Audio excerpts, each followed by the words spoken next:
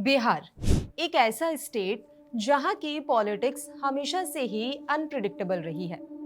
यहाँ अक्सर आंकड़े, अनुमान सब फेल ही होते दिखते हैं, जैसा हमने साल 2015 के विधानसभा चुनाव में देखा था।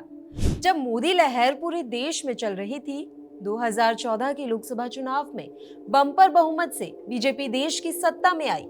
हर जगह जब सिर्फ मोदी मोदी के नारे गूंज रहे थे, उन हालातों में भी 2015 के बिहार विधानसभा चुनाव में बीजेपी की दाल नहीं गल पाई और बिहार में निर्णायक जनादेश का सिलसिला जारी रहा।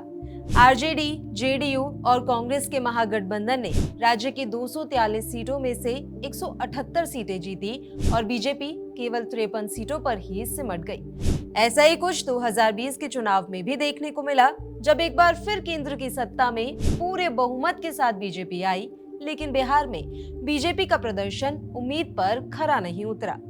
अब एक बार फिर बिहार 2025 के विधानसभा चुनाव की चौखट पर खड़ा है। कई अनुमान लगाए जा रहे हैं, आंकड़ों, जातियों का खेल समझा जा रहा है। बिहार की राजनीति से जुड़े हर पहलू पर चर्चा हो रही है। ऐसे में आज हम भी एक पहलू आपको समझाएंगे और वो है बिहार की राजनीति में छोटे दलों की भूमिका। पॉलिटिकल एक्सपर्ट्स का कहना है कि इस बार बिहार चुनाव में छोटी पार्टियों का रेला बहुत ज्यादा होगा और ये कई सीटों के निर्णय बदल सकती हैं। नई पॉलिटिकल पार्टियों का उभरना पुराने और स्थापित दलों के लिए एक चुनौती बन रहा है। छोटे दलों की मौजूदगी ने बड़े दलों की परेशानी बढ़ा रखी है। अब ये दल कौन से हैं, इनका कितना प्रभाव है, इनकी वजह से क्या नफा नुकसान होने वाला है, सब जानते हैं।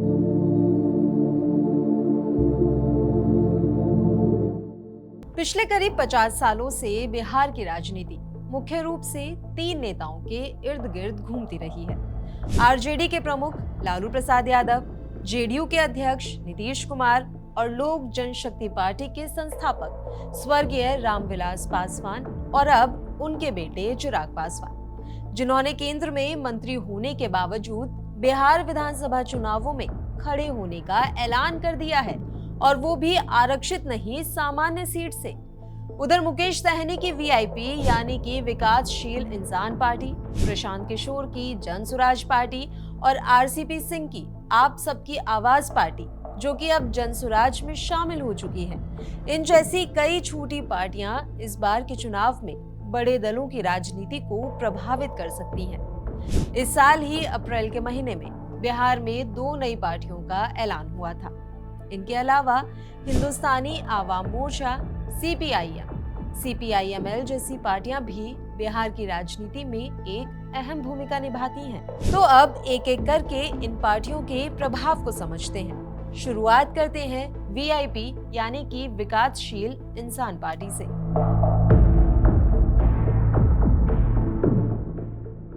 मुकेश सहनी की वीआईपी की स्थापना 2018 में हुई थी। ये पार्टी शुरू में महागठबंधन के साथ थी, लेकिन सीट बंटवारे को लेकर हुए विवाद और उम्मीद के हिसाब से अहमियत नहीं मिल पाने के कारण मुकेश सहनी ने गठबंधन छोड़ दिया।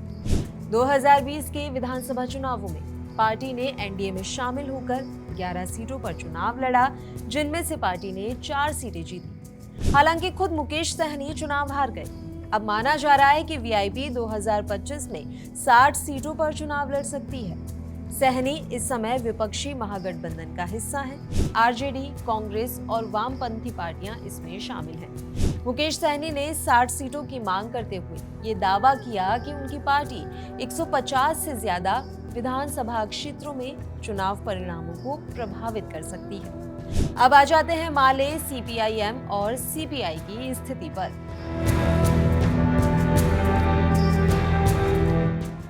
बिहार विधानसभा चुनाव में वाम दल यानी कि लेफ्ट पार्टियां अब महागठबंधन का अहम हिस्सा बन गए हैं। 2020 में 3 वाम दल, भारतीय कम्युनिस्ट पार्टी लिबरेशन, भारतीय कम्युनिस्ट पार्टी और भारतीय कम्युनिस्ट पार्टी मार्क्सवादी यानी कि सीपीआईएम ने मिलकर 243 में से 29 सीटों पर चुनाव लड़ा था, जिनमें से उन्होंने 16 सीटें जीती थी। अब सीपीआईएमएल लिबरेशन के महासचिव दीपांकर भट्टाचार्य ने हाल ही में मीडिया से बात करते हुए ये कहा है कि उनकी पार्टी 40 से 45 विधानसभा सीटों पर चुनाव लड़ने की तैयारी कर रही है। वाम दल महागठबंधन के लिए अहम है क्योंकि ये दलित, ईबीसी और मजदूर वर्ग में अपनी पकड़ रखते हैं। लेकिन आरजेडी की बड़ी हिस्सेदारी और एआईएमआईएम की अलग राह चुनने की धमकी से गठबंधन में दरार पड़ सकती है। अब बात करते हैं एनडीए के एक अहम घटक दल हम यानी कि हिंदुस्तानी आवाम मोर्चा की।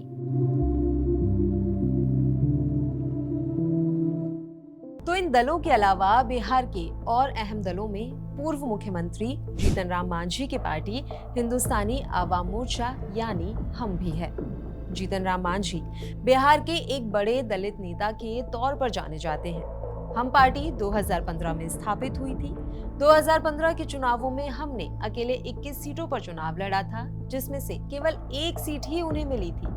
वहीं 2020 के चुनाव में हमने जेडीयू के साथ चुनाव लड़ा और 7 सीटों में से 4 सीट पर जीत हासिल की थी। फिलहाल हम पार्टी एनडीए गुट में है। जीतन राम मांझी दलित में एक बड़ा वर्ग जो सुविधाओं से वंचित है, उन्हें साथ लेकर चलना चाहते हैं। उनकी राजनीति भी दलितों के इर्द गिर्द ही घूमती है।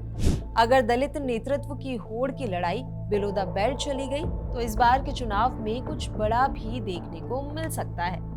अब बारी आती है आरएलएसपी यानी कि राष्ट्रीय लोक समता पार्टी की।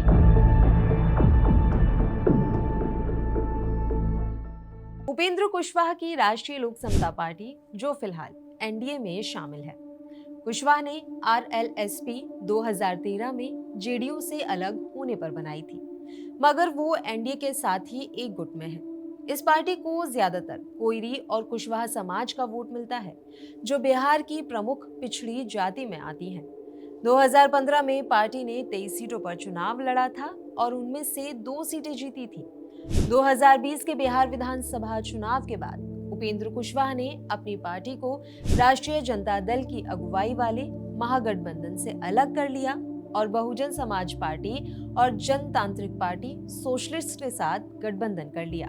आरएलएसपी ने 2020 में 104 सीटों से चुनाव लड़ा और एक भी सीट नहीं जीत पाई, लेकिन उसकी सहयोगी पार्टियां एआईएमआईएम और बीएसपी कुल मिलाकर 6 सीटें जीतने में कामयाब रही। इन सब के अलावा हिंद सेना के शिवदीप वामनराव लांडे, जो कि बिहार के चर्चित आईपीएस रहे हैं, उन्होंने भी ये ऐलान कर दिया है कि उनकी पार्टी आने वाले चुनाव में बिहार की सभी 243 सीटों पर चुनाव लड़ेगी। वहीं प्रशांत किशोर की जन स्वराज पार्टी भी सभी 243 सीटों पर चुनाव लड़ेगी।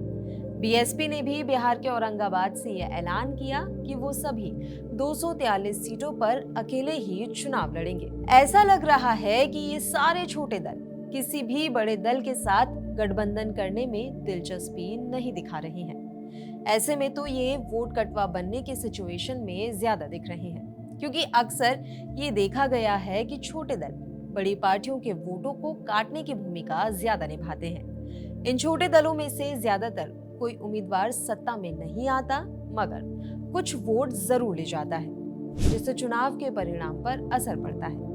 अलग अलग समुदायों पर अपना प्रभाव रखने से उन समुदायों का वोट बिखरता है और उसका सीधा असर चुनाव के परिणाम पर पड़ता है। ऐसे में इन छोटे दलों को साध कर रखना भी अपने आप में एक बड़ी चुनौती है। आपको क्या लगता है, इस बार के विधानसभा चुनाव में छोटे दलों की क्या भूमिका रह सकती है? क्या परिणाम एक तरफा आएंगे या फिर ये छोटे छोटे दल किंग मेकर की भूमिका निभा सकते हैं? हमें कमेंट में बताइए और इसी तरह की और भी वीडियोस को देखने के लिए विट्टी चोखा को सब्सक्राइब कीजिए।